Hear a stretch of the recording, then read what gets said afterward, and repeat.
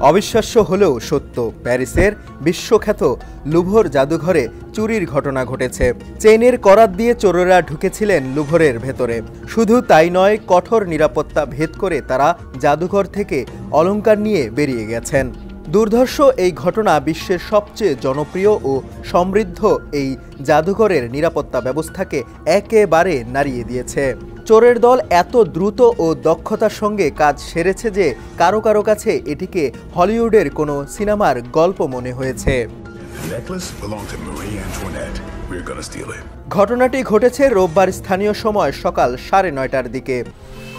10 বছরের যাত্রা তো কেবলই শুরু। একসাথে গ্রো করার এই জার্নি চলুক আগামীতেও। পাঠাও 10 years of growing with you।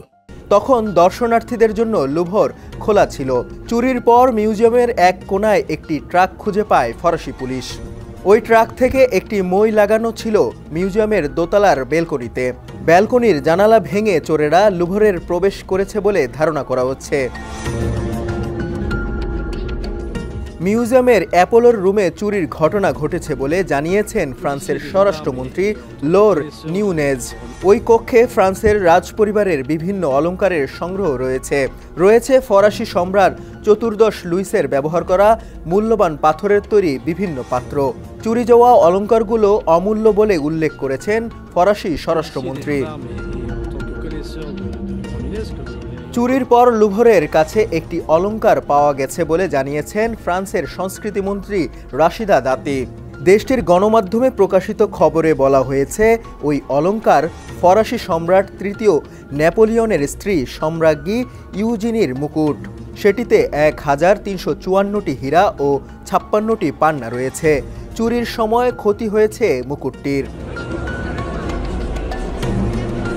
স্বরাষ্ট্রমন্ত্রী লোর নিউনেজের ধারণা, এই চুরির সঙ্গে 3 থেকে 4 জন জড়িত ছিল। তিনি বলেন, মাত্র 7 মিনিটে চুরি শেষে মোটরসাইকেলে করে পালিয়ে যায় চোরেরা। আশা করা হচ্ছে ওই চোরদের দ্রুতই আইনের আওতায় আনা হবে আর চুরি হওয়া সব অলংকার ফিরিয়ে আনা হবে। তদন্তের স্বার্থে রোববার একদিনের জন্য লুভর বন্ধ রাখা হয়েছে। ফ্রান্সের প্রেসিডেন্ট ইমানুয়েল মাকর চুরির এই ঘটনার নিন্দা জানিয়ে সামাজিক যোগাযোগ মাধ্যমে এক পোস্টে লিখেছেন যে ঐতিহ্যকে নিয়ে আমরা গর্বিত হই, এটি তার উপর একটি আক্রমণ। ডেস্ক রিপোর্ট, সমকাল।